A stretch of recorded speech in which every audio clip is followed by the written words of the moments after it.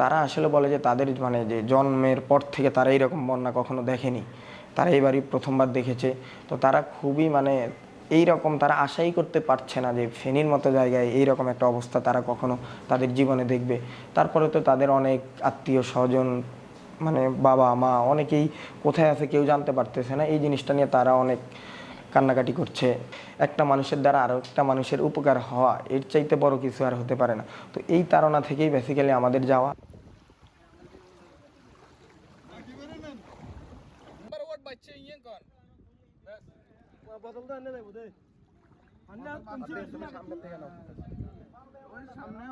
যখন আমরা দেখলাম যে সোশ্যাল মিডিয়াতে খুবই মানে বন্যা কবলিত মানুষদের আহাজারি আর্তনাদ, তারপরে মৃত্যুর খবর শুনতে পেলাম, ওই থেকে আমাদের মানে চিন্তা হলো যে আমরা ছাত্ররা কিভাবে তাদের পাশে দাঁড়াতে পারি।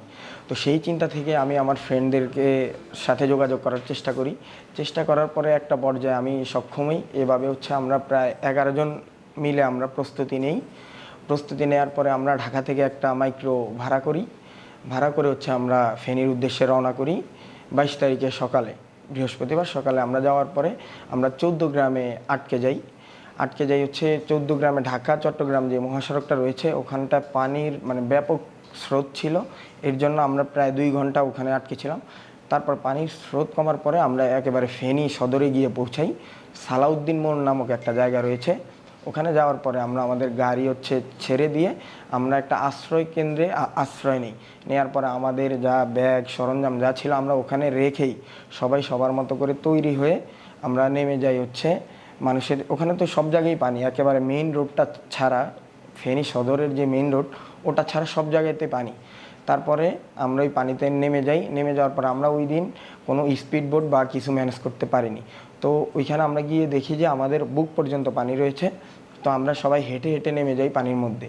নেমে গিয়ে দেখতেছি যারা আসতেছে অনেকের বাচ্চা কোলে বা বালতি বা বস্তা অনেক কিছু নিয়ে তারা আসতে পারতেছে না।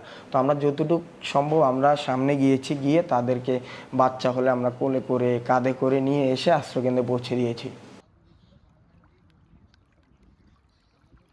আমরা 11 জন গিয়েছিলাম। যাওয়ার পরে আমরা 5টা টিমে ভাগ হয়ে গিয়েছি। 5টা টিমে ভাগ হওয়ার পরে আমরা ওইখানে কথা বলে স্থানীয়দের সাথে কথা বলে আমরা আমাদের প্রতিটা টিমে আরও 2 জন করে স্থানীয় বাসিন্দা নিয়েছি, যেহেতু আমরা কিছু জানি না ওইখানে নতুন।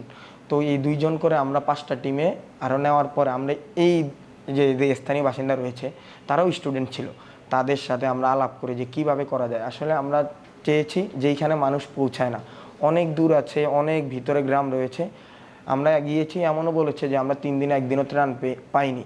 আমরা যাওয়ার পরে তো আমরা এইগুলো খুঁজে আমরা লিস্ট করে আমরা ফোনে নোটবুকে লিস্ট করে যে কোথায় কোথায় যাওয়া লাগবে, তো আমরা স্থানীয় বাসিন্দাদেরকে নিয়ে ওই জায়গাগুলোতে গিয়েছি ভেলার সাহায্যে। ফেনীর 3টা জায়গায় কাজ করেছি, ছাগলনাইয়া, ফেনী সদর এবং পরশুরাম উপজেলায়। তো পরশুরাম এবং ছাগলনাইয়া উপজেলা আমাদের আরেকটা টিম ছিল, তারা স্পিডবোট নিয়ে চলে গিয়েছে।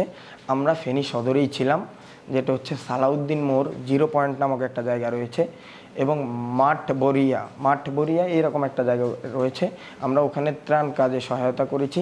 তো আমাদের যারা ছাগলনাইয়া এবং পরশুরাম উপজেলায় ছিল স্পিডবোট নিয়ে, তাদের কাজ ছিল তারা উদ্ধার করে আশ্রয় কেন্দ্রে নিয়ে আসবে, আর আমাদের কাজ ছিল ত্রাণ পৌঁছানো। আমরা 3 দিন ছিলাম, 3 দিনে আমরা প্রতিদিন 2000 করে 6000 পরিবারকে ত্রাণ সহায়তা করেছি।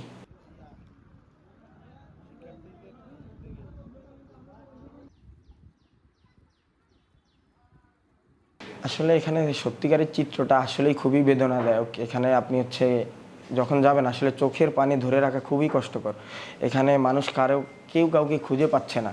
এখন তাদের বড় চিন্তাটা তাদের সন্দেহ, তারা কি আসলেই বেঁচে আছে নাকি তারা যে কোথায় আছে তারা তো মানে কেউ জানতে পারতেছে না তাদের যে কোথায় তারা অবস্থান করছে। ওইখানে ইন্টারনেট সংযোগে একেবারেই বিচ্ছিন্ন ছিল, এর উপরে কারেন্ট নেই, ফোন সবার অফ, কোনোভাবেই ফোন চার্জে দেওয়ার কোনো ব্যবস্থা ছিল না। তো এই জন্যই মানুষের মধ্যে আসলে খুবই একটা খারাপ অবস্থা ওখানে আমরা দেখতে পেয়েছি। সবচেয়ে বেশি ক্ষতিগ্রস্ত হয়েছে আমি মনে করি যারা কৃষি কাজ করে জীবিকা নির্বাহ করে, তাদের সবচেয়ে বেশি ক্ষতি হয়েছে। এছাড়া ওখানে টিনের ঘর ছিল ভালোই, কিন্তু মাটির দেয়ালের একটি ঘর রয়েছে, ওই এরকম অনেক ঘর ছিল, ওই ঘরগুলি একেবারেই ভেঙে চুরে গেছে, পানিতে ধসে পড়েছে। আর অনেকের খামার ছিল, তারপর মাছের ঘের ছিল, এই জিনিসগুলো একেবারেই নিঃস্ব হয়ে গেছে। তাদের আহাজারি আমরা অনেক দেখতে পেয়েছি ওখানে। সবচেয়ে বেশি ক্ষতিগ্রস্ত এলাকা ছিল হচ্ছে যে ছাগলনাইয়া, পশুরাম এবং বাগাদান নামক একটা জায়গা রয়েছে ফেনীতে।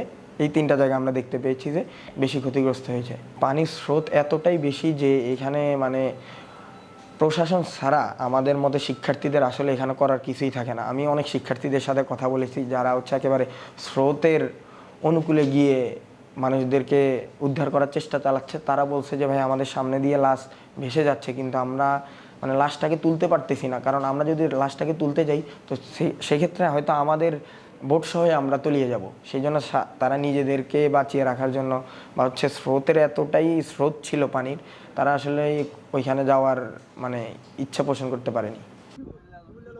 কুমিল্লা এত বেশি নাই।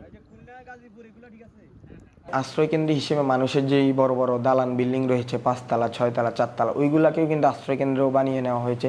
এছাড়া ওইখানে স্কুল ছিল, টেকনিক্যাল কলেজ ছিল, এই জিনিসগুলো, হাসপাতাল ছিল, মসজিদ ছিল, এই জিনিসগুলোকে আশ্রয়কেন্দ্রে বানিয়ে তারা ওইখানে অবস্থান করছে। বেশি ক্ষতিগ্রস্ত যেখানে হচ্ছে ওইখানে আসলে সবাইকে যেতে দিচ্ছে না। ওইখানে প্রশাসন দেখে দেখে যে আসলে কারা যেতে পারছে, এরকমও আমরা দেখেছি প্রশাসন চেক করতেছে যে আপনি যে সাঁতার পারেন কিনা, সাঁতার যদি পারে এবং আপনার কোনো সার্টিফিকেট আছে কিনা, তারা দেখতেছিলাম যে চাচ্ছে তাদের কাছে। তো যারা প্রপার সাঁতার পারে বা যাদের অনেক বেশি আত্মবিশ্বাস, তাদেরকে প্রশাসন দেখে দেখে ছাড়তেছে যে আপনারা ওই সব এলাকাগুলোতে যান।